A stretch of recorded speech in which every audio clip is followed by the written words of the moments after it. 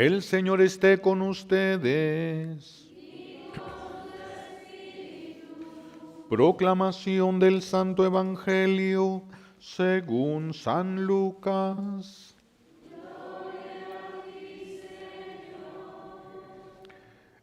En aquellos días María se encaminó presurosa a un pueblo de las montañas de Judea, y entrando en la casa de Zacarías, saludó a Isabel.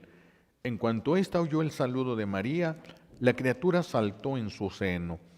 Entonces Isabel quedó llena del Espíritu Santo, y levantando la voz exclamó: Bendita tú entre las mujeres, y bendito el fruto de tu vientre.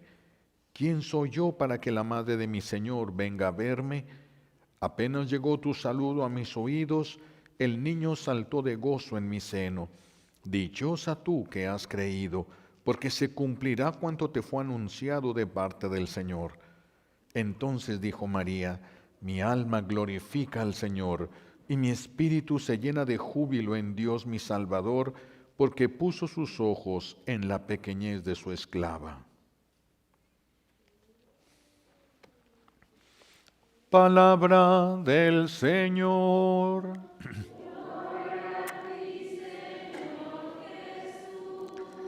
Recibimos la bendición con la palabra de Dios.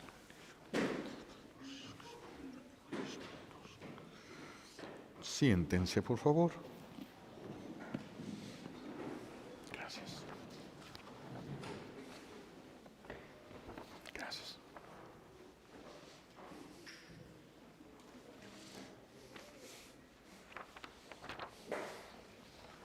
Estamos celebrando la solemnidad de las apariciones de la Virgen de Guadalupe, la solemnidad de Nuestra Señora de Guadalupe.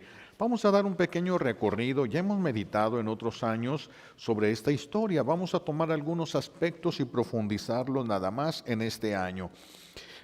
Hay que empezar recordando el contexto en el que llega nuestra Madre Santísima a México. 1519 es cuando llega primero Hernán Cortés. Llega a Veracruz y comienza la conquista de México, que se dio por un malentendido.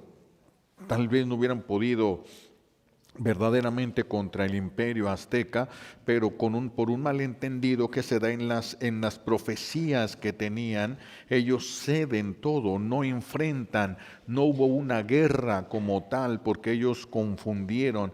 Pero bueno, nuestros ancestros pensaban cuando en esos tiempos que si ofrecían sacrificios humanos, iban a ofrecer lo más valioso del ser humano, y ellos sabían que lo más valioso del ser humano era el corazón. No eran sanguinarios porque no mataban por gusto, mataban dentro de un ritual porque tenían un objetivo definido. Ellos pensaban que si ofrecían sacrificios humanos, el mundo y el universo iban a continuar. Y si no se ofrecían los sacrificios humanos, todo iba a ser destruido, el mundo iba a dejar de existir. Por eso no se puede hablar de que eran sanguinarios, sino que estaban equivocados ciertamente, pero mataban con esa finalidad de sostener. Ellos pensaron que eran el pueblo elegido por los dioses para que se sostuviera la creación. Si no, pues entonces todo se iba a destruir. Viene la conquista y quedan vencidos ellos, fueron conquistados. Hubo una guerra, pero ya para entonces ya ellos habían dado muchos elementos a los españoles para que los pudieran vencer. Cuando son conquistados, se les prohíben los sacrificios humanos. Y entonces ellos tuvieron la certeza de que el mundo se iba a acabar. Si ya no ofrecían más humanos en sacrificio, entonces sus dioses iban a destruir todo lo que se conoce. Y entonces pues empieza con esta conquista. Después de la conquista viene el eclipse en el cual ellos ofrecían, porque ellos decían muere el sol, pero si se le alimenta con sangre humana va a resurgir victorioso. Entonces esa era la razón por la que sacrificaban cientos de personas y a veces hasta miles de personas. Salían a cazar personas, hombres, mujeres, los traían y los sacrificaban ahí, les arrancaban el corazón, corría la sangre, era un verdadero río de sangre que se formaba ahí. Pero no era por ser sanguinarios, tenía un sentido religioso para ellos, estaban sosteniendo la creación.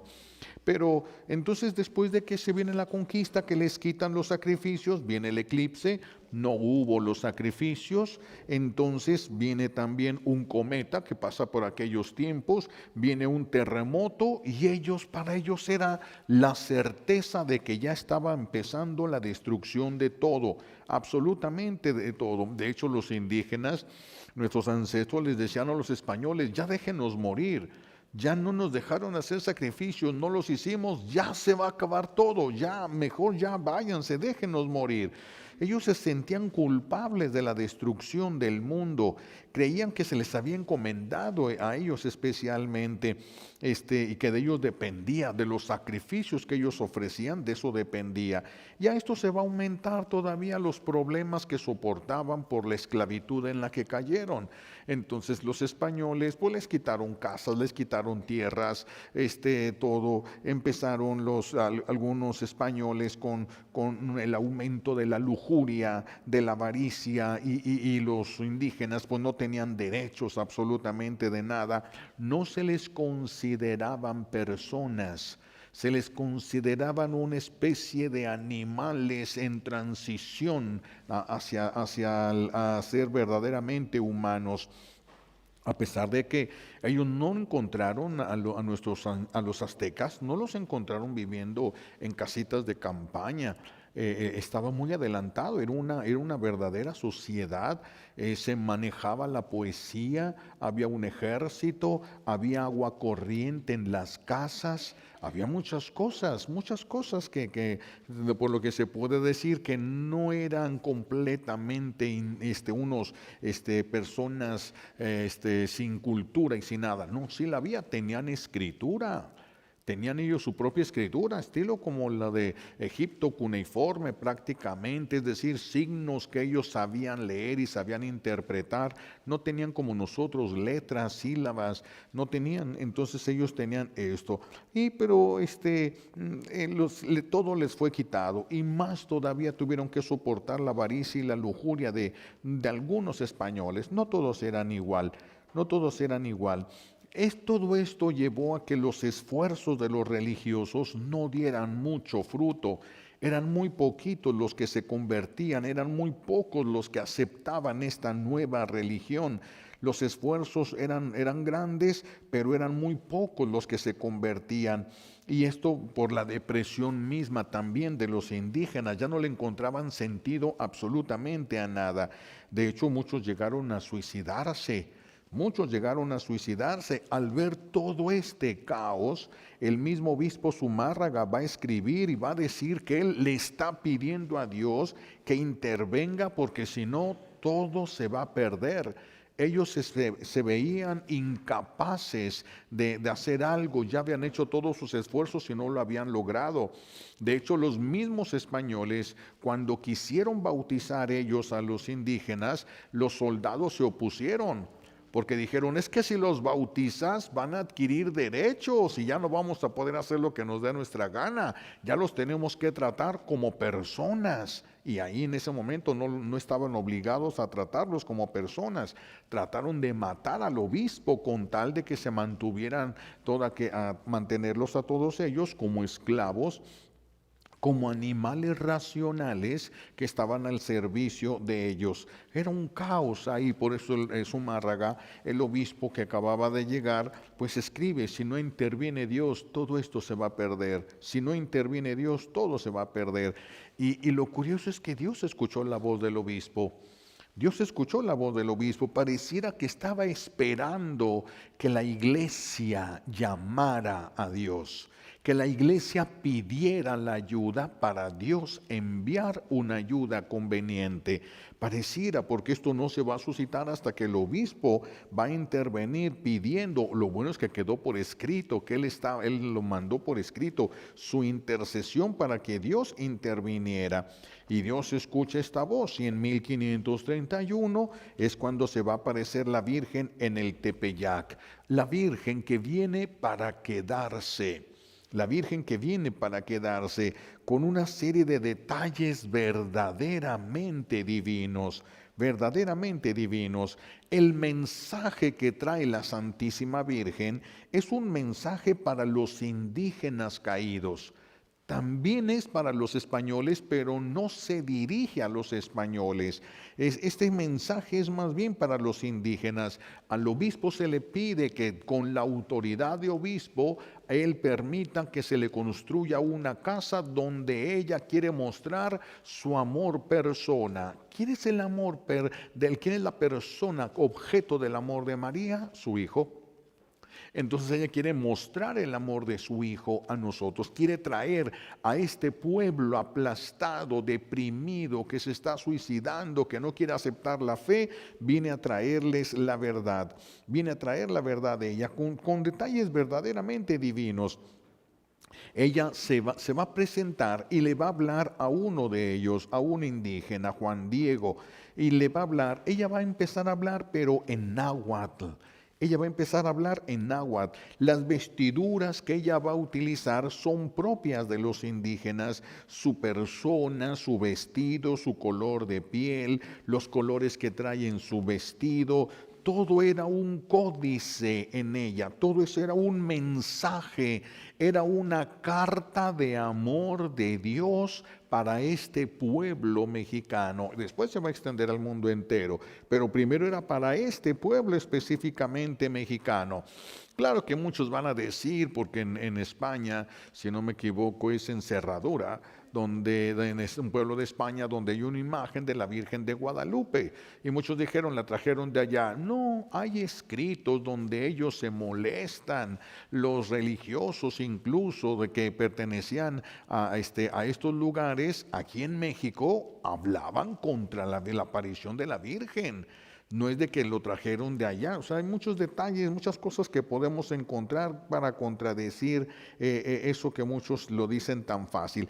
Pero esto era un códice o una carta de amor de parte de Dios para nosotros, para los que vivíamos aquí.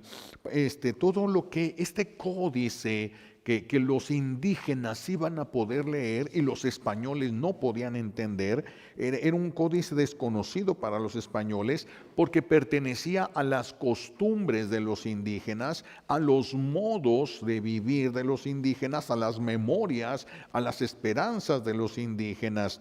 No era un hecho simple, no era nada más algo que se vio. Ese es un acontecimiento que vino a cambiar la historia de nuestro pueblo mexicano, a darle identidad y a darle sentido. Todo vino a ser nuestra Madre Santísima. Nuestros indígenas ya tenían en el Tepeyac, vean cómo Dios acomodó las cosas. Dios puede hacer hablar a los demonios de las verdades del cielo. Él puede hacerlo. Él tiene poder para hacer esto y lo ha hecho en muchos momentos, lo ha hecho durante muchos exorcismos, les ha hecho hablar. Que el sacerdote que le ordenó en un exorcismo al Espíritu que dijera acababa de salir el dogma de la Inmaculada Concepción, que dijera una poesía nombrando al dogma de la Inmaculada Concepción. Y una poesía preciosa, pues es una inteligencia angélica la que se lo pidió, pero lo hizo, imagínense hermanos, cómo le ha de haber quemado lo que estaba diciendo. Pero bueno, entonces esto no es una simple historia, no es una simple aparición. Ella viene, la Virgen, para quedarse. Porque no dijo, aquí va a haber gracias que yo voy a mandar del cielo. No, aquí quiero mostrar el amor. Aquí quiero mostrar el amor persona, es decir, su hijo, el amor de su hijo. Entonces, nuestros indígenas ya tenían en el cerro del Tepeyac, ya tenían un templo dedicado a Tonatzin. Ya tenían un templo dedicado a Tonatzin. ¿Quién era ella? Para ellos era la madre de todos los dioses, pero también la madre de todo lo creado, la madre de todos los seres humanos. Era la madre por excelencia, la que tenían, mamá de todos los dioses que tenían. Entonces ya tenían ellos, ya tenían una noción, claro que es distorsionada si quieren, pero Dios ya había suscitado la idea, ya había puesto y sembrado la profecía de en el cerro del Tepeyac, la presencia de la Madre de Dios. Ya lo había hecho. ¿Cómo? El Señor puede hacer hablar a los demonios verdades. Puede hacer hablar a los demonios verdades. Por eso no es algo que nos asombre demasiado. Dios todo esto lo puede hacer. Todo lo puede hacer. Entonces ella es madre de todos los seres humanos. De manera que para el indígena llegó su mamá. ¿Se imaginan lo que es eso? Llegó su mamá. Hay un caos, hay un conflicto y llegó su mamá. Esto es muy grande, como cuando el niño está allí en la cama y está una tormenta afuera y el viento azota, los relámpagos, los truenos, y el niño está temblando de miedo y la mamá llega con su cobija y se mete a la cama del niño y la abraza. Se acabó el problema, se puede acabar el mundo, ya está ahí su mamá. La mamá, qué fuerte la experiencia de la mamá. Me acuerdo una vez allá en Morelia que fui al parque de ahí de Morelia, al zoológico, y había una zona donde había leones. Y entonces había un león echado por ahí y un niño que traía una camiseta, pero así como con rayas, parecido, ¿no? Y cuando el niño ve a los leones, se suelta de la mamá y se va corriendo hacia la jaula, pues era imposible que los leones salieran.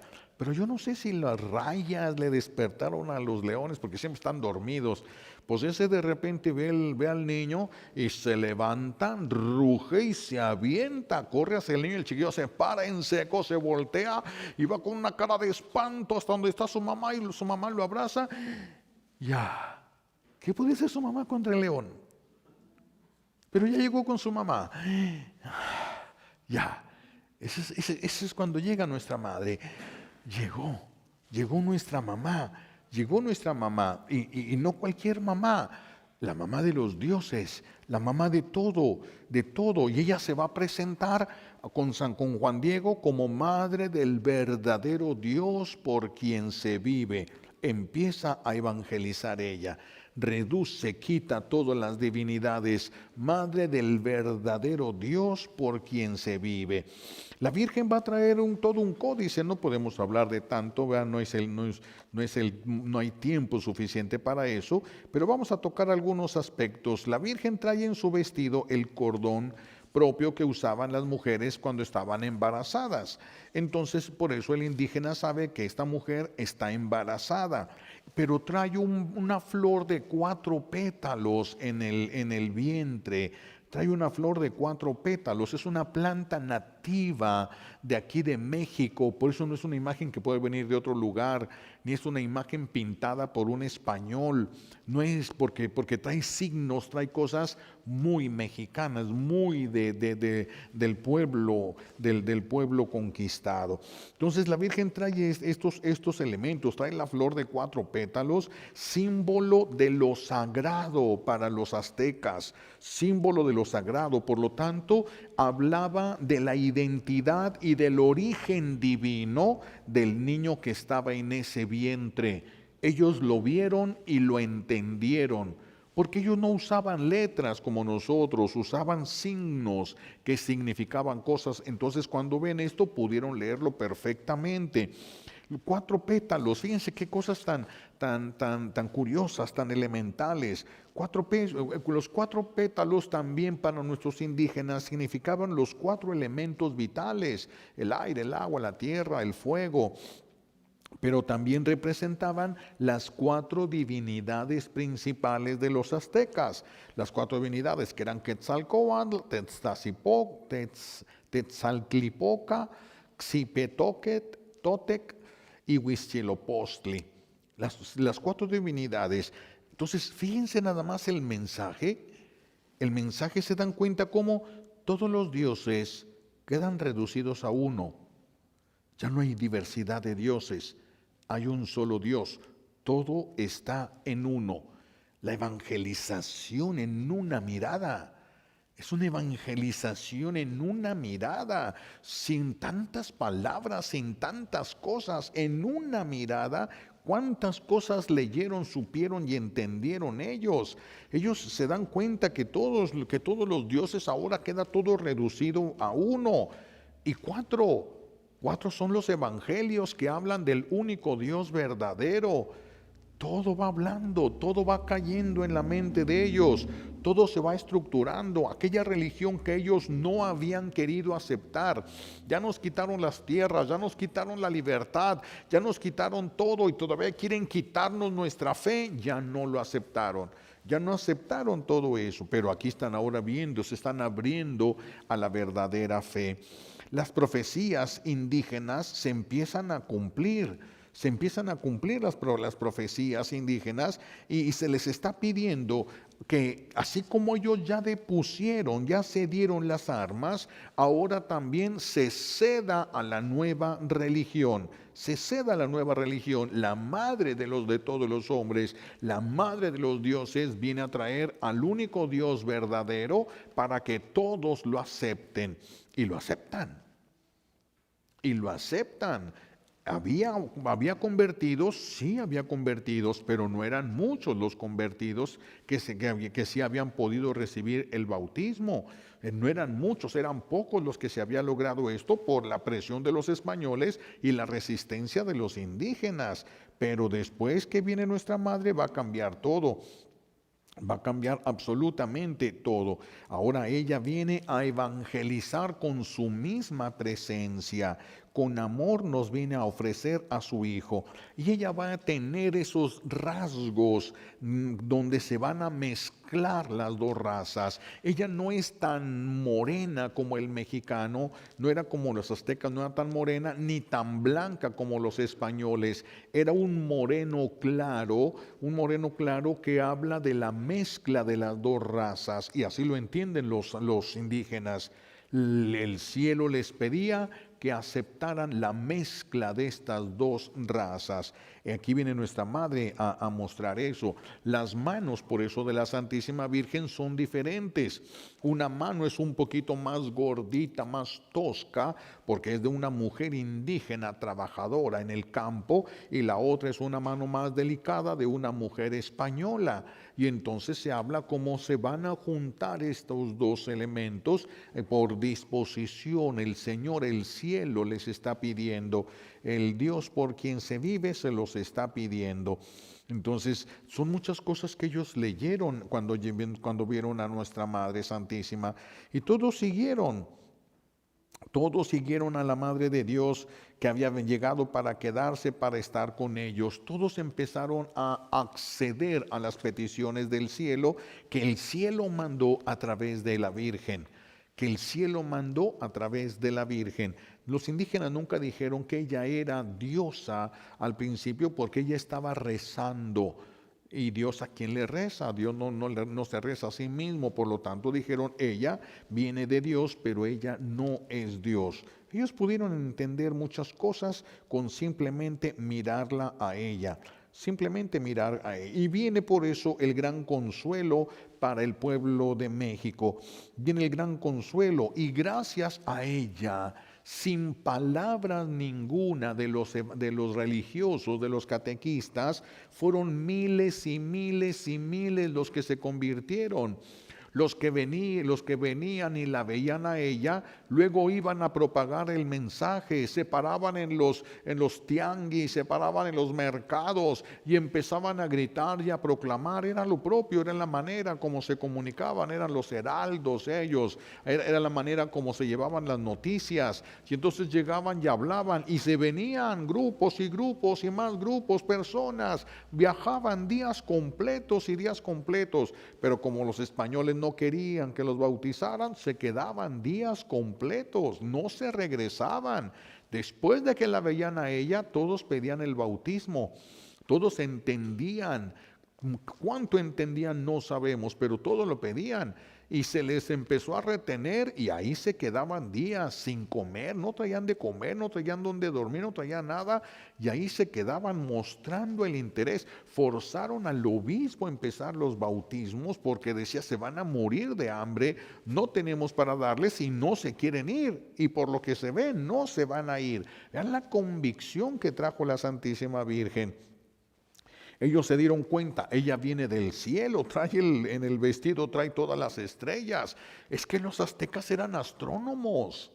Ellos tenían sus lugares donde observaban las estrellas, tenían localizada la Osa Menor, la Osa Mayor, ellos se movían, conocían el movimiento de esto. Por eso cuando ven que en el rostro, el manto de la Virgen vienen las estrellas y están las constelaciones propias del tiempo y del día, entonces ellos entendieron la Osa Mayor ahí. Entonces van entendiendo más cosas de las que nosotros ahorita, que no tenemos ya esa cultura, podríamos entender. Ella estaba revestida del cosmos, ella venía del cielo para ellos, ¿sí? Y no quiero pasar también otro detalle por alto porque es interesante.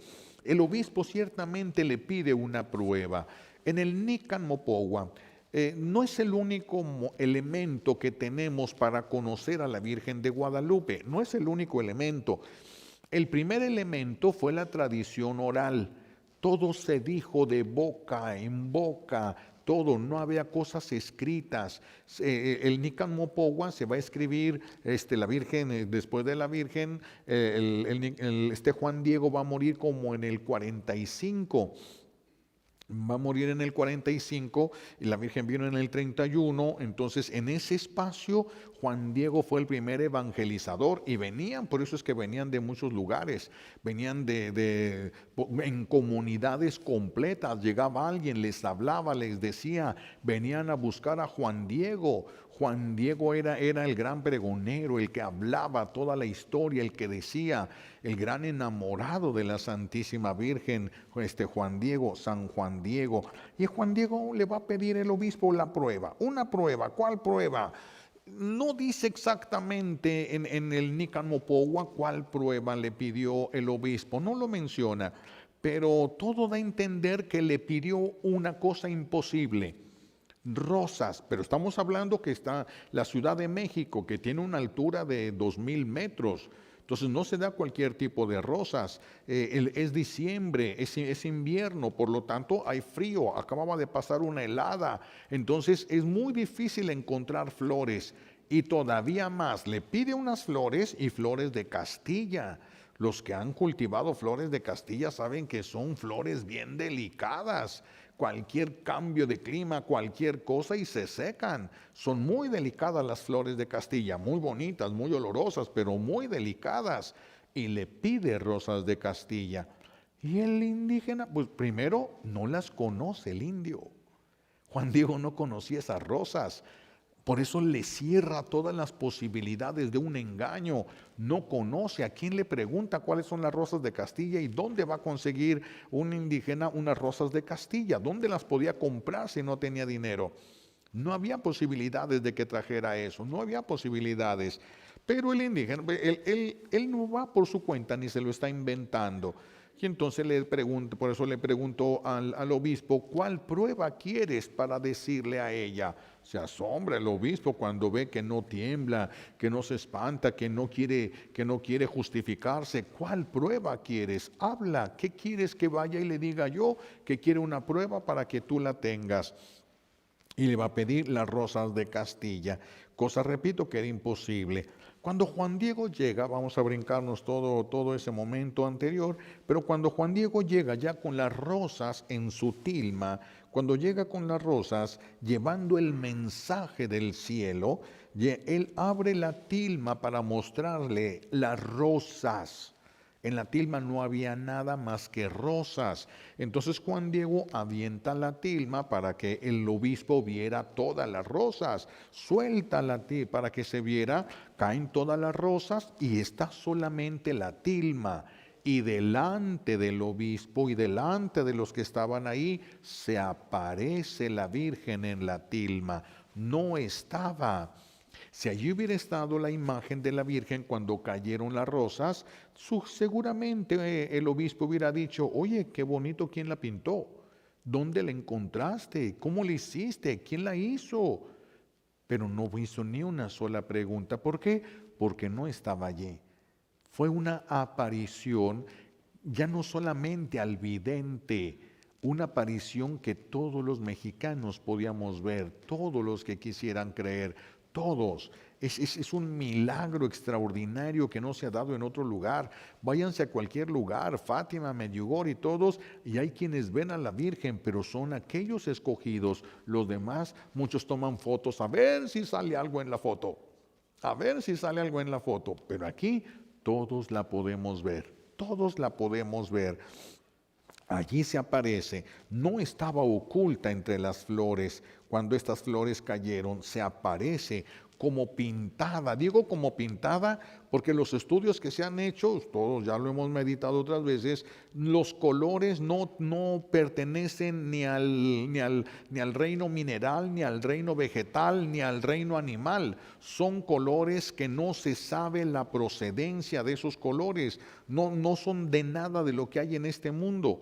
No son nada de este mundo. Entonces, cuando se han hecho estos estudios, no se arroja nada que se pudiera decir, bueno, en la técnica que se utilizó en esta pintura se preparan. No tienen nada de eso. Los expertos que han analizado no han encontrado, no saben de dónde proceden los colores que trae nuestra Madre Santísima.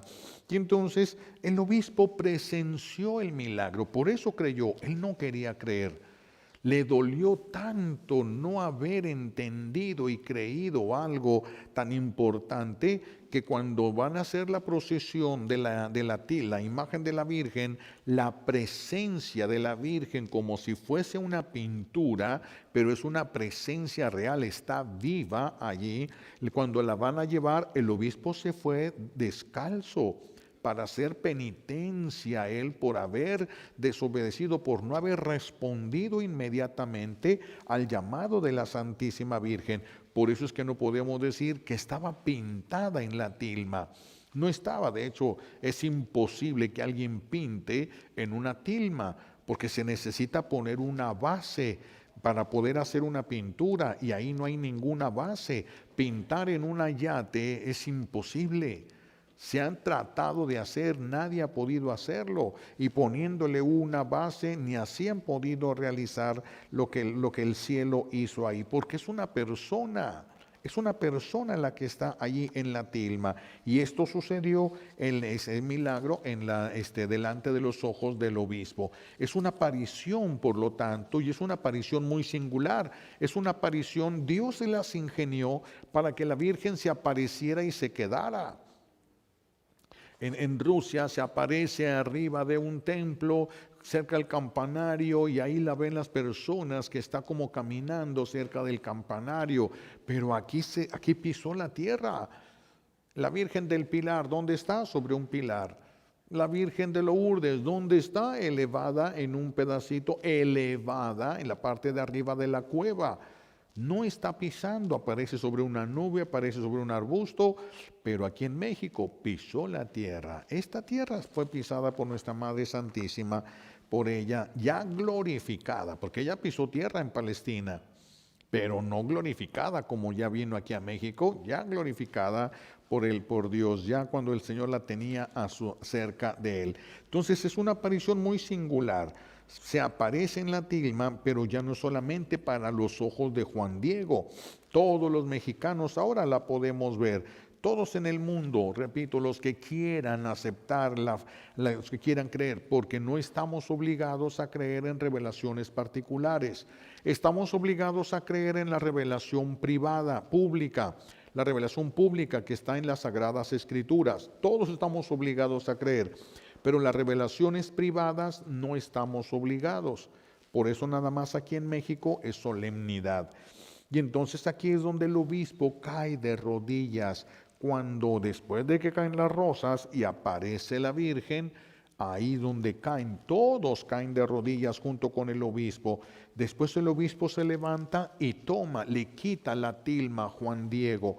Le quita la tilma a Juan Diego y se la lleva a la capilla privada que tenía él. Se levanta y se la lleva ahí. Y desde ese momento es asumida por la iglesia, es recibida por la iglesia, una iglesia naciente en México. Es una iglesia naciente, ya no solamente es para Juan Diego, ahora es para la iglesia, para todos los indígenas y para todo el mundo. Por eso es que aquí es donde se da la conversión masiva. No solamente eran las palabras de Juan Diego, los que estuvieron, todos los servidores del obispo Zumárraga que estuvieron presentes el día del milagro, son también propagadores, también hablaban, también daban su testimonio. También daban su testimonio. Cuando se escribe el Nican Mopogua, todavía estaba vivo Juan Diego, todavía había testimonios de muchas cosas alrededor. Por eso fue escrito de una manera magistral el Nican Mopogua. Fue escrito por un indígena que había estudiado ya en la universidad todos los estudios con que habían traído los religiosos.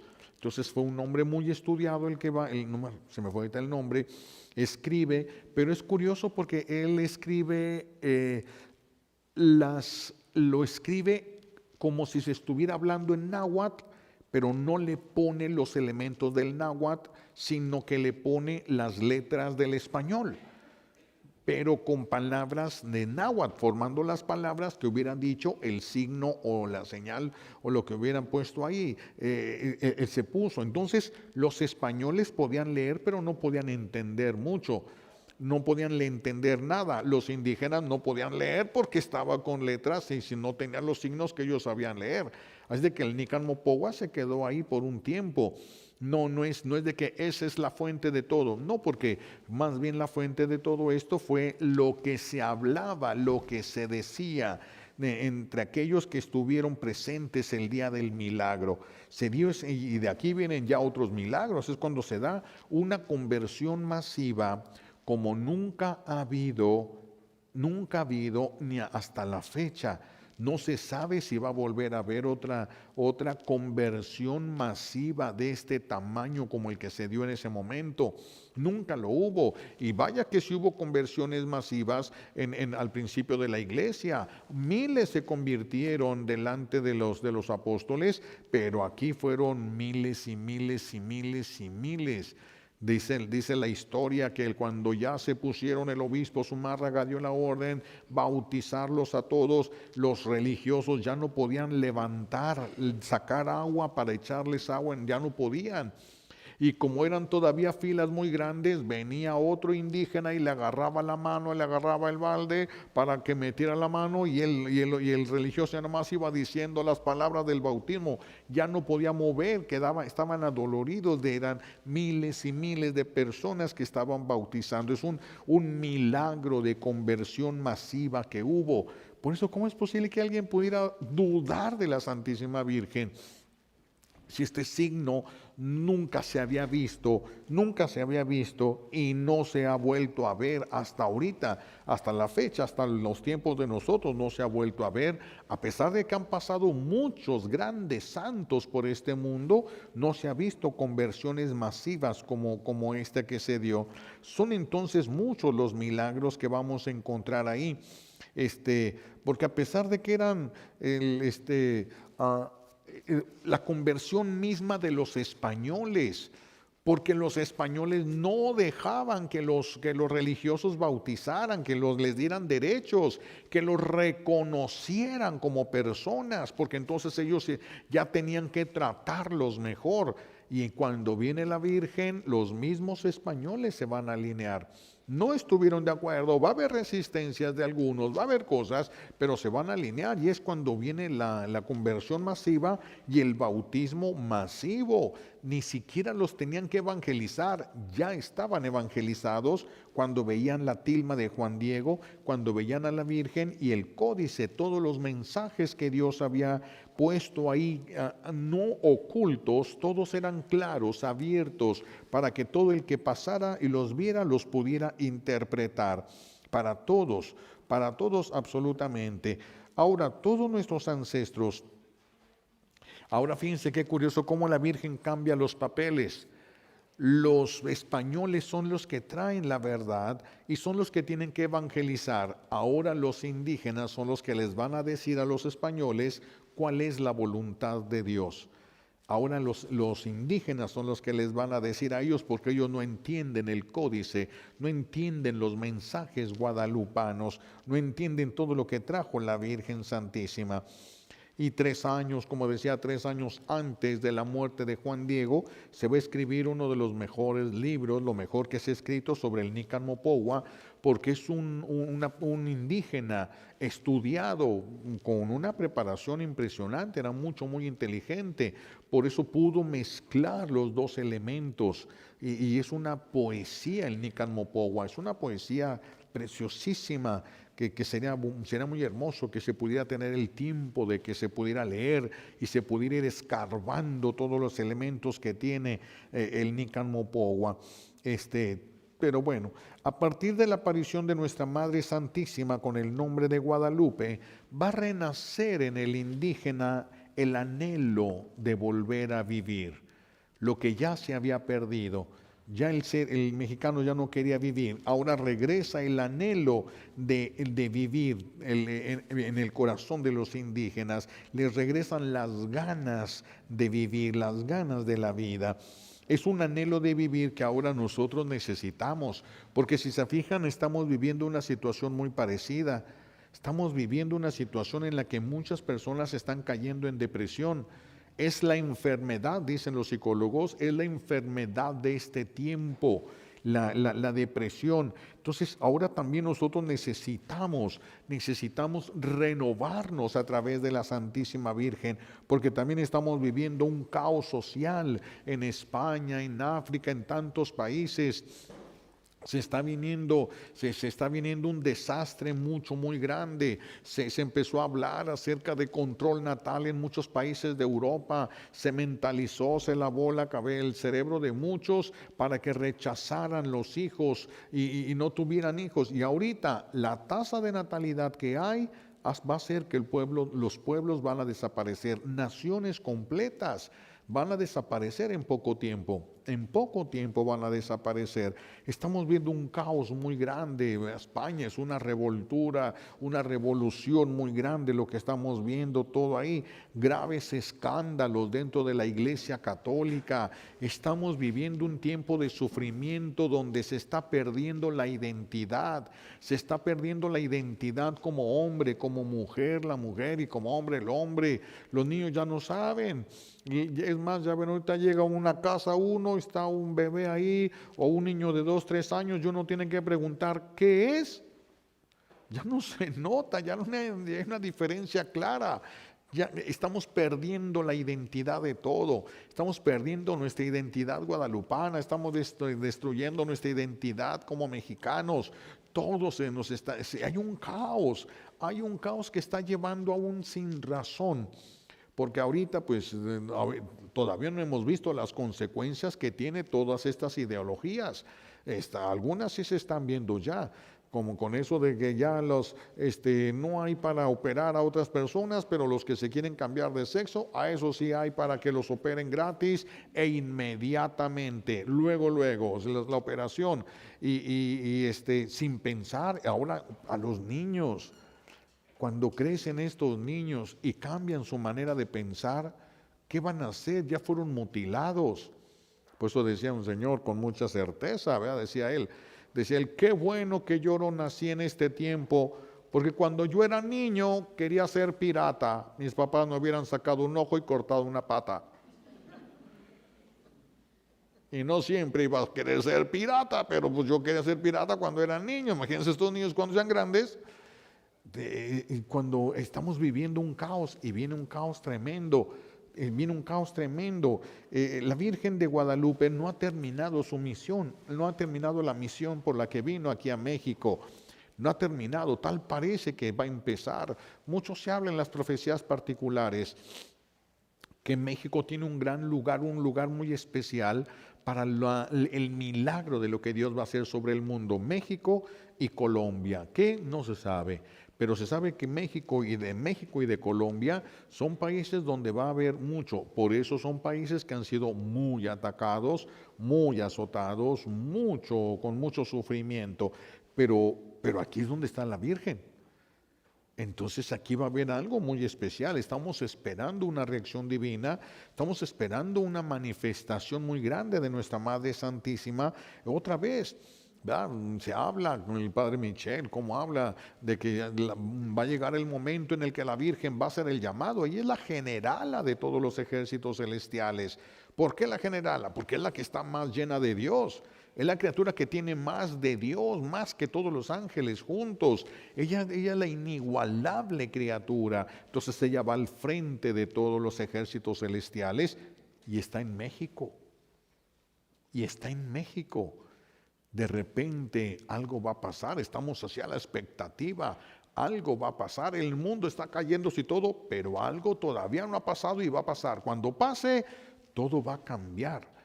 Va a empezar un cambio radical y no sabemos si va a ser Colombia y qué va a ser Colombia, no sabemos qué va a ser en México, pero va a haber algo. Pero lo que sabemos es que aquí está la Virgen, aquí está la Virgen y es la generala de todo el ejército celestial, es la mera de los ejércitos celestiales. Entonces, bueno, sabemos que la Virgen, repito, no ha terminado entonces la misión que ha venido a hacer en México y en el mundo. Por algo se quedó en México, algo Dios tiene pensado para este pueblo de México, por algo lo escogió. Por algo lo escogió y por algo ha sido tan lastimado a lo largo de la historia nuestro pueblo. Por algo no lo han dejado, ¿verdad? Crecer. Nosotros tenemos todo para ser una potencia mundial, todo, pero no nos dejan ser potencia mundial. Hay intereses económicos muy grandes en otros lugares que no dejan que seamos potencia mundial. Ya ven ahorita cómo se está hablando del proyecto que tienen aquí el gobierno de hacer a través del ¿dónde están? Cerca de Guerrero, por aquel lado, vías férreas para transportar todos los cargamentos, porque ahorita hay problemas en Panamá. Ahorita Panamá no está funcionando como debe funcionar el canal de Panamá. Hay un problema de los niveles de los océanos. Entonces se está pensando, pero este proyecto estaba en México desde hace años, antes del canal de Panamá. Cuando los Estados Unidos invierte en el canal de Panamá y se dan cuenta que México está en este proyecto, meten la revolución y nos dejan ahí entretenidos mientras se hace el canal de Panamá y perdió sentido esto. Hay muchos intereses, por eso México no ha podido crecer, pero nadie nos puede quitar a nuestra madre. Y el día en que nuestra madre levante la cabeza y llame a sus hijos, tenemos que estar listos. Tenemos que estar listos para agarrar las armas del cielo, no las armas de la tierra, las armas del cielo. Tenemos que estar listos con el rosario en la mano, bien comulgados, bien fortalecidos en la fe, bien todo. ¿Qué va a pasar? No sabemos. Hay que estar bien listos para lo que sea. ¿Qué va a ser? No sabemos, verdaderamente no se sabe. Pero cuando llegue ese momento, sí tenemos que estar listos. Por eso hay que comulgar, por eso hay que rezar el Santo Rosario, hay que meditar el Via Crucis, por eso la confesión sacramental es tan importante. Tenemos que estar listos. Listo, los tambores de guerra ya están sonando en muchos lugares. De un momento a otro el Señor va a levantar o a Colombia o a México. No sabemos quién va a ser primero. No sabemos qué es lo que va a pasar, pero viene algo sumamente grande. Ya huele el ambiente. Saben que cuando ya se acerca Navidad, huele la casa a Navidad, porque empiezan a hacerse los ponches, empiezan a hacerse galletitas y empiezan los olores de Navidad. Pues ya estamos ahorita en eso. Ya estamos ahorita, ya hay los olores de la batalla final, apocalíptica. Por eso hay que estar preparados, no se la vayan a perder. Es lo que ha estado esperando la humanidad, que la batalla que se ha realizado a lo largo de la historia va a llegar a su culmen en este momento apocalíptico. Cuando llegue ese momento es cuando viene el enfrentamiento definitivo del infierno contra el cielo, a ver quién gana más almas. En ese momento es cuando va a salir la Virgen al frente de los ejércitos de Dios. Ahí tenemos que estar. Ahí tenemos que estar bien parados, ahí tenemos que estar bien listos, fortalecidos, con las armas en las manos y dispuestos a lo que sea, porque si no se lo van a perder, y si se pierden esta batalla van a perderlo todo, absolutamente todo. No es tiempo de miedo, ni de andar escondiendo la cabeza, ni de andar buscando refugios, es tiempo de prepararnos para la guerra. Es tiempo porque ya viene la guerra y nos tenemos que preparar. Aquí tenemos la general. ¿Ustedes creen que vamos a andar escondiéndonos? Si nosotros aquí tenemos la que va a dirigirnos, la que va a dirigir al mundo, va a dirigir a los ejércitos celestiales. Por eso estamos viviendo unos tiempos preciosos, muy dolorosos, pero muy preciosos, pero hay que estar bien preparados. Pidamos a nuestro Padre Celestial que nos conceda que como Juan Diego, que le conceda que Juan Diego mismo nos enseñe a mirar a la Virgen como Él la miraba. No como nosotros la miramos, como Él la miraba. Cuando uno está agradecido, qué hermosa forma de ver hay en una persona que se siente agradecida con otra persona. Qué hermosas miradas. Yo no sé si han visto, incluso en los animales, un animal agradecido, qué hermoso ve al que le agradece. Qué transparencia, qué cosa tan bella eso. Y es muchísimo mayor en un ser humano, cuando el ser humano agradece. Qué forma de mirar tan especial. Yo creo que todos hemos visto cuando una persona se siente agradecida, la manera como mira, es una manera muy especial. Es la manera como miraba Juan Diego a la Virgen. Qué bueno que pudiéramos mirarla a ella como la miraba Juan Diego. Pidámosle al Señor que le permita a Juan Diego que nos enseñe esto, que nos prepare Juan Diego para cuando llegue el momento sepamos salir al frente de ella, lo que ella nos pida, como ella nos lo pida, tenemos que estar listos. Lo que nos va a pedir no es nada fácil, porque no pide fácil, porque las misiones que Dios da nunca son pequeñas. Dios no tiene misiones pequeñas para nadie.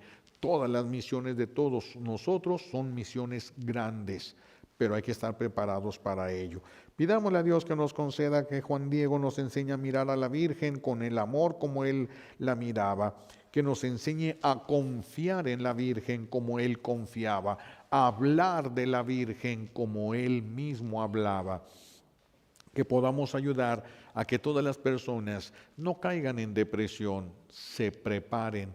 Lo que sigue es lo mejor, es la batalla final apocalíptica definitiva para pasar a un momento muchísimo mejor de la historia, donde Dios va a ser la cabeza verdaderamente del ser humano.